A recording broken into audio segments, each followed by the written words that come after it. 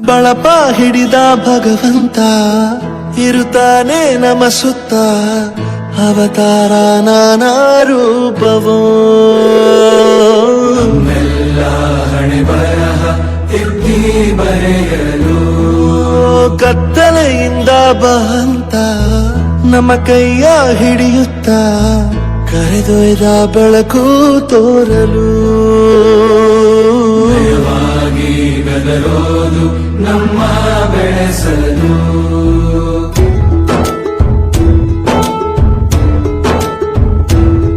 ಭಾಷೆಯ ಅಮೃತ ಕುಡಿಸೋ ತಾಯಾಗಿ